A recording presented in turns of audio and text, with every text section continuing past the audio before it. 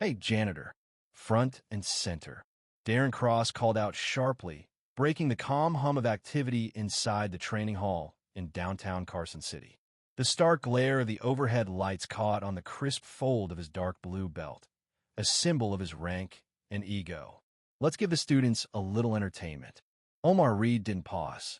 He kept pushing the heavy mop across the floor, wiping away the sweat and dust left behind by the earlier sparring group. At 46, he'd only been working the night shift at Iron Oak Academy for a few weeks. A quiet man, unseen until the final bow of the evening. Just finishing up, coach, Omar said, his voice level, focused on a dark scuff near the corner mat. No need to hold back class progress. Darren laughed, loud, performative, designed to draw every pair of eyes in the room. Check it out, folks. The floor guys too scared to step on the mat. A few uneasy chuckles drifted through the group. Most just stood still, trying to avoid eye contact. They'd seen Darren's petty stunts before. What they hadn't seen was the man inside Omar, the person he'd fought to keep buried for over 2 decades. 25 years since a ring, a promise, and a tragedy had torn his life apart. Not even his daughter knew who he used to be.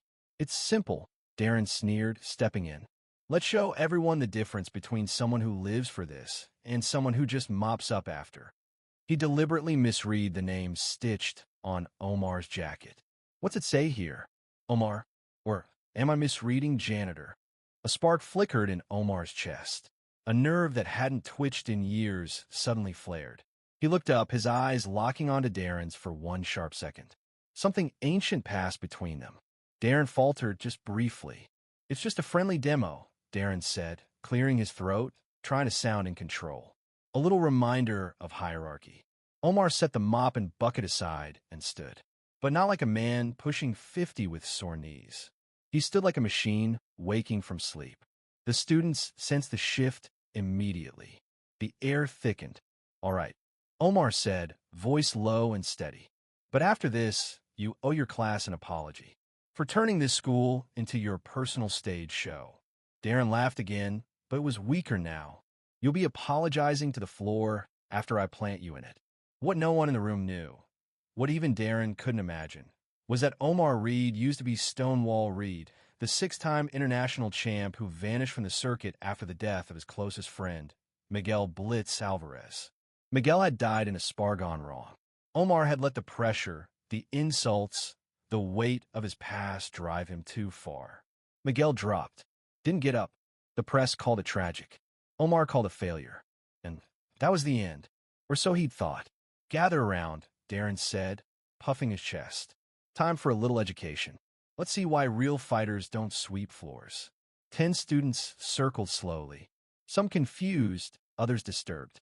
One woman, Reena Kapoor, a green belt and sports science grad student, muttered to the person next to her. The man beside her simply frowned and crossed his arms. Here we have someone who doesn't know his place, Darren continued, relishing the spotlight. This school isn't for guys who wear rubber gloves. Omar stayed silent, but inside, the bitterness he'd buried for years bubbled up, not as rage, but as something colder. Sharper. Mr. Cross, Reena said suddenly, voice calm but firm, slicing through his grandstanding. Can we finish our cool-down stretches? It's late. Darren turned, his voice sharp. Are you questioning how I run class, Miss Kapoor? No, she said evenly, but humiliating a staff member isn't education. It's bullying. You could have heard a pin drop.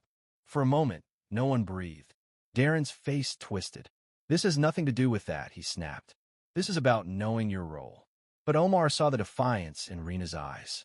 It reminded him of his sister, Zara, fearless, proud, shot down at 18 in a senseless act of violence while he was overseas winning titles. That guilt never left him. If you don't like how I lead, Darren said darkly, you can find another gym. Maybe one that teaches manners. Reena flinched but held her ground. My fees are paid, and I expect this place to represent the discipline it claims to teach. Then Omar smiled, not politely, not nervously, but the kind of slow, knowing smile that comes before a storm. She's right, he said, and everyone turned. This was never about learning. It's about you puffing yourself up. You think you know something? Darren scoffed. You clean this place. Omar stepped forward. The atmosphere shifted. He moved like water, settling into its most stable form. Balanced.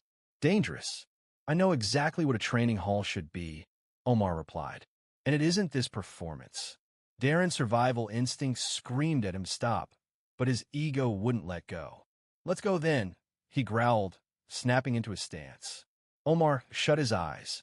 For a brief second, he wasn't in a dusty gym in Nevada. He was back in Osaka, Tokyo, Johannesburg, fists flying, crowds roaring. His past poured back into him like fuel. He opened his eyes, and Darren finally saw it. The man in front of him wasn't a janitor. Last chance, Omar said. Say sorry to her. To them. To the code you pretend to uphold. Darren scoffed. I'll put you on your back. He charged, but Omar was gone before the punch landed. Darren's jab whistled through empty space. Off balance. Omar sidestepped, calm as breath. Fast, he murmured, but sloppy. You lift your shoulder before you throw. Darren let loose a flurry. Cross, hook, uppercut. All missed. Omar moved like smoke. You leave yourself wide open, he added, his tone casual, his footwork surgical. Fight me, Darren roared in panic. He lunged again. Omar closed the distance in a blink. No punch, just a firm hand on Darren's chest. And Darren flew, thrown back like he'd been hit by a truck. Landed with a thud that rattled the entire gym. That's not possible, he gasped. It's practice, Omar said, standing tall. Decades of it. Darren scrambled up, shaky. Rena was already on her phone. Omar Reed, she read aloud, a.k.a. Stonewall. 6-time global heavyweight title holder. Undefeated. The words hit like bricks. Darren went pale. If you'd known, Omar said softly, you'd have shown respect. But what about the next guy? The one without a title? Does he deserve less? Just then, the office door swung open. Mr. Ito, the academy owner, walked in with a face like stone. Mr. Cross, remove your belt. What? Darren stammered. You brought shame to this school. You're no teacher. Sign your resignation or you'll never instruct again. Anywhere.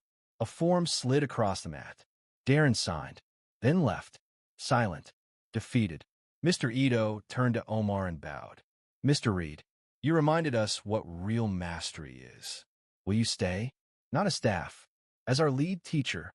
Omar looked at the black belt still lying where Darren dropped it. Then at the students, eyes wide, full of awe, but more importantly, full of hope. The ghost inside him, the man who had disappeared, was no longer hiding.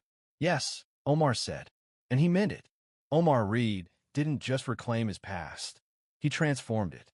In one night, he turned humiliation into truth, fear into power, and silence into legacy. The janitor was gone. In his place stood a master, not of titles, but of integrity. And this time, he wasn't walking away. He was staying.